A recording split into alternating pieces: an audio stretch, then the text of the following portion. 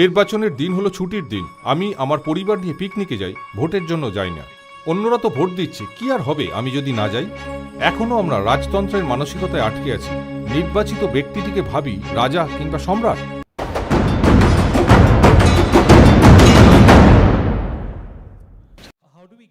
আমরা জনগণকে কিভাবে রাজনীতি এবং প্রশাসনিক প্রক্রিয়ার বিষয়ে উৎসাহিত করতে পারি, যেখানে 50%-এরও কম মানুষ নির্বাচনে অংশ নেন?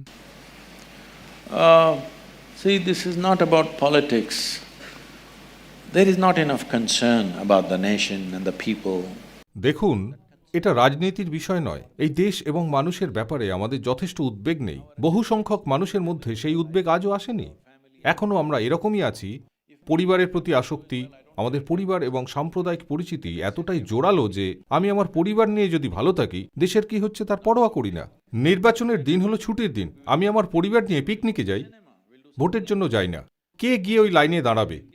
আমরা পিকনিকে যাব, সিনেমায় যাব, অন্য কিছু করব। কারণ পরিবারের সঙ্গে আমাদের পরিচিতি জাতীয় পরিচয়ের থেকে অনেক বেশি। এই কারণেই তারা ভাবে, ও অন্যেরা তো ভোট দেবেই, এটাই তাদের ধারণা। অন্যরা তো ভোট দিচ্ছে, কি আর হবে আমি যদি না যাই? একটা সুন্দর গল্প বলতে ভালোবাসতেন মার্ক টোয়েন। একটা সময় ছিল যখন মানুষ বিশ্বাস করত যে চাঁদেও মানুষ আছে। অ্যাপোলোর আগে আমেরিকার মানুষ বিশ্বাস করত যে চাঁদেও মানুষ বাস করে। তো তাদের একটা সুন্দর ভাবনা এলো। তারা ভাবল, কোনো একটা নির্দিষ্ট মুহূর্তে আমরা সবাই নিজেদের ছাদে গিয়ে দাঁড়াবো আর একটাই শব্দ সমস্বরে চিৎকার করে বলবো। তাদের দিকে তাকিয়ে চিৎকার করে হু বলে উঠব। দেখি তারা কি বলে। আমরা এখানে কি চেষ্টা করব? সকলে আমি 1, 2, 3 বলবো আর আপনারা সবাই হু বলে উঠবেন এত জোরে যাতে গোটা হায়দ্রাবাদ শুনতে পায়। 1, 2, 3. আপনারা এটা কত সুন্দর করলেন। কিন্তু সেই দিন সকলেই ছাদে উঠেছিলেন। সেই সময় আমার মাথায় একটা ওই যে কি বলে একটা শৈল্পিক ভাবনা এসেছিল। আমি ভাবলাম এটা একটা বিরল মুহূর্ত।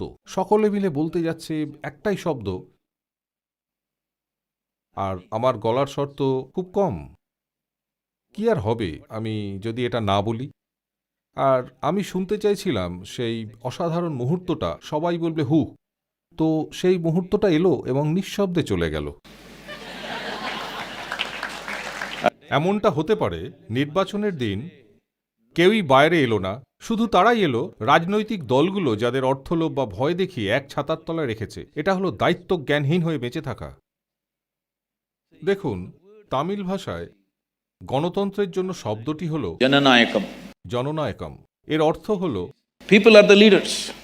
জনগণই হল নেতা। আমাদের দেশের মানুষরা এখনো বোঝেননি যে আমরাই এদেশের নেতৃত্ব। এখনো আমরা রাজতন্ত্রের মানসিকতায় আটকে আছি। নির্বাচিত ব্যক্তিটিকে ভাবি রাজা কিংবা সম্রাট।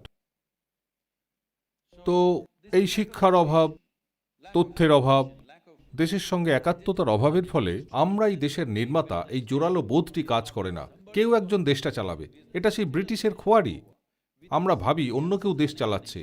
এটা বুঝতেই চাই না যে দেশটা আমাদেরই এটা তৈরি করতে হবে। এই মুহূর্তে আমাদের অবস্থা হলো ডোনাল্ড ট্রাম্প যদি সব ভারতীয়দের জন্য ভিসা উন্মুক্ত করে দেয়, জনসংখ্যার 60%ই সাগর পাড়ি দিয়ে আমেরিকা চলে যাবে। এটা ঠিক নয়। সকলেই চলে যেতে চায় মানে আমরা দেশটা সেভাবে তৈরি করিনি যেখানে মানুষ থাকতে চায়, তাই না? সকলেই যদি এখানে আসতে চায় তার অর্থ একটি মহান দেশ তৈরি করেছি আমরা। Participating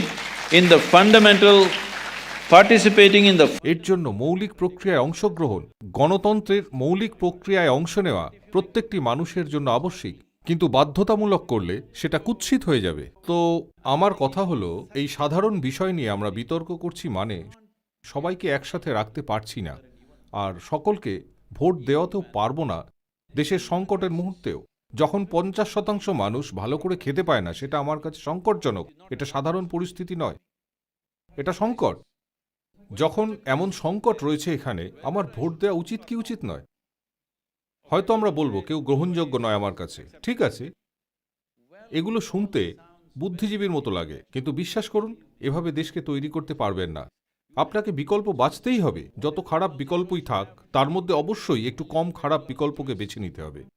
দেশকে যদি দীর্ঘমেয়াদে উন্নত করতে চান, আপনি সরে থাকতে বা এটা বলতে পারেন না ও কেউ যোগ্য নয়, তাহলে আপনিই উঠে দাঁড়ান।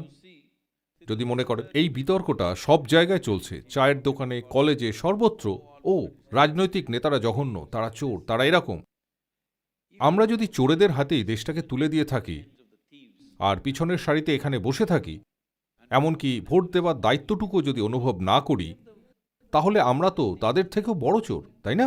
Hello? এই দায়িত্ববোধ আসতেই হবে। আমরা বুঝে উঠতে পারিনি গণতন্ত্রের মৌলিক দায়িত্বটাই। আমরা যখন সেটাই বুঝতে পারি না, তাহলে তো অযোগ্য হয়ে উঠবই গণতন্ত্রের জন্য, আর অন্য কিছু আমাদের পরিচালনার ভার নেবে। এটা অত্যন্ত গুরুত্বপূর্ণ যে শুধুমাত্র ভোট নয়, আরও অনেকগুলি উপকরণ রয়েছে যেগুলির মাধ্যমে আপনারা গণতান্ত্রিক প্রক্রিয়ায় অংশ নিতে পারেন। এটা অত্যন্ত গুরুত্বপূর্ণ যে ছাত্ররা যেন অংশ নেয়, রাস্তায় নেমে প্রতিবাদ নয়, বাস জ্বালিয়ে নয়, গণতন্ত্রের হাতিয়ারগুলিতে অংশ নিতে হবে। আপনারা সকলেই আইনের ছাত্র। জীবনের একটি অংশ আপনারা অবশ্যই ব্যয় করুন এই দেশ ও যুব সমাজকে সচেতন করার কাজে, যে কি কি উপায়ে তারা অংশ নিতে পারে এই গণতান্ত্রিক প্রক্রিয়ায়। এটা অত্যন্ত গুরুত্বপূর্ণ দেশ গঠনের জন্য।